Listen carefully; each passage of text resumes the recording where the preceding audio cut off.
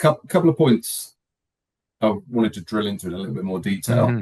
Yeah. So one of the points that I found particularly interesting was you said it's about the life cycle, not the process.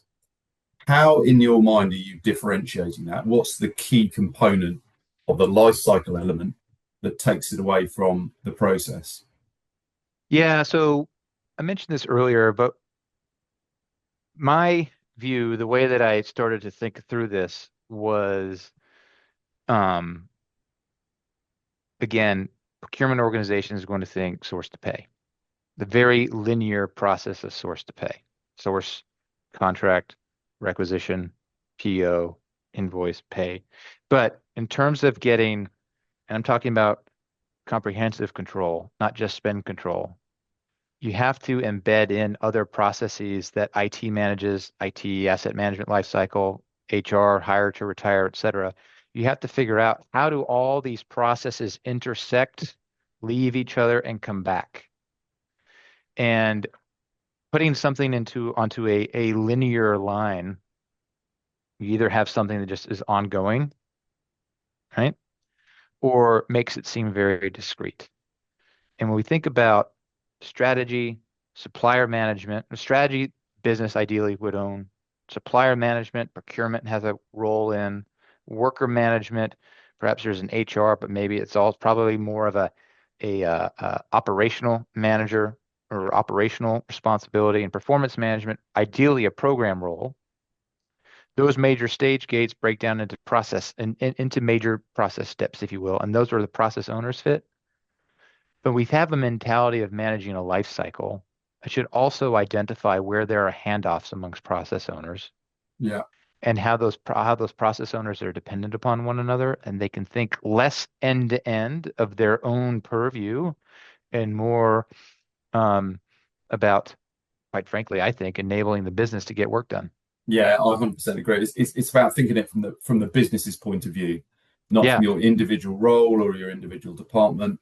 Um, and in the four kind of key elements that you mentioned, I think I'm right in saying three was services delivery, and Yeah. four was kind of that performance management.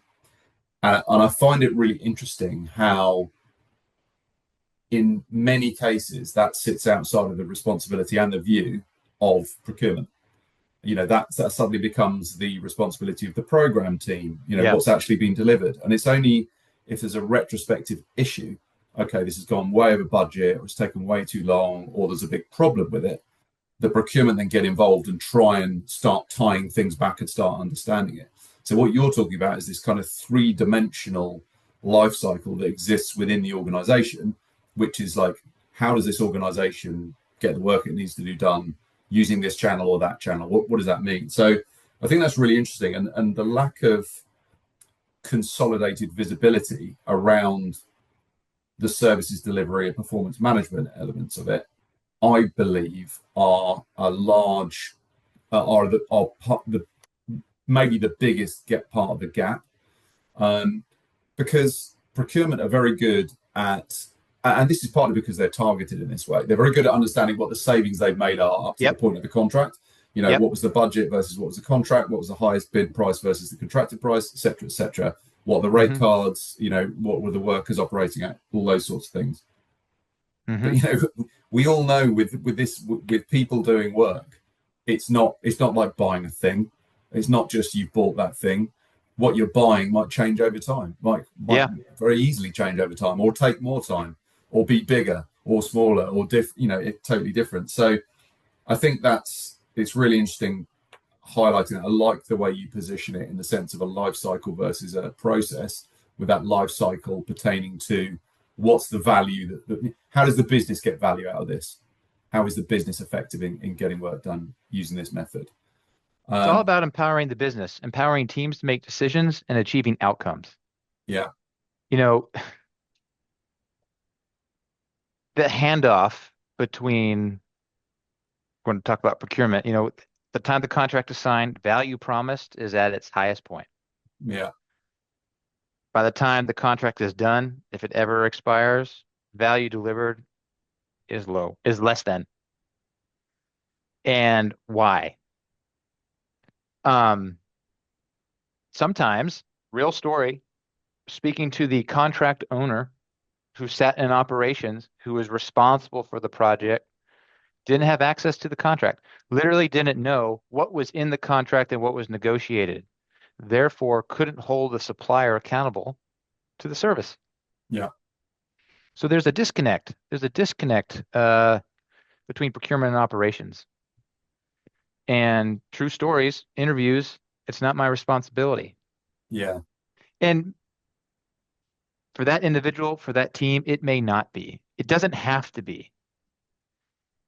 But from a corporate strategy perspective, there needs to be a team in the center that has the visibility, that understands how to coordinate, influence, and persuade teams to operate in order to enable the business and to identify, to bring insights where there's opportunities, where there are risks, and to bring the right team members together to make the best fit decision. Again, when you think with a life cycle mentality, you know the process owners and you know how to bring them in. When you're thinking linear process, you know your team, you know your maybe immediate touch points, but you don't see the bigger picture. And so in terms of, coordinating that, Hmm. do you see that as being procurement's responsibility and opportunity? It could be. I mean, I think you mentioned about insights. Insights require data, Yep. and whoever controls that data and brings that data into the organization and generates those insights, is pretty powerful. Is pretty Hmm. useful to that organization, and has a high level of importance. I always think there's such an opportunity. Procurement are ultimately in the middle of a process, facilitating both sides of it. And more and more procurement people are talking about driving business value, Yep. not savings. So it feels like there's a real evolution that's happening Hmm. that puts procurement in that position when they're being smarter about understanding the holistic life cycle, empowering people to do things self-serve, using the right tech to make that a possibility, and also to make sure that they've got the data. It's a pretty powerful place to be because ultimately they're interfacing with their internal organization to see how they're operating and how they're fulfilling the needs of the organization. They're Yep. also dealing with the external workforce channels that are helping to power the business along, and they're also understanding the interactions between the two of them. They know Hmm. what the internal parties are saying about the external parties. Oh, these guys are terrible. They're putting junior consultants on it when it should be senior consultants. They're always wasting our time. They're changing the script. They're marking their own homework, writing their own requirements, or they might be saying they're fantastic and they're adding an enormous amount of value. And then you've Hmm. got the external parties giving the same insights to procurement about their own teams. Hey, look, this project is massively overrun, but that's because the internal team were totally disorganized. They weren't turning up to meetings. They were postponing stuff. They were on holiday. They didn't have the information. The brief changed. It's incredibly if you think about the efficiency of an organization, if you take that holistic view, it's a very pivotal position to be in terms of if you can understand what's going on with all this stuff.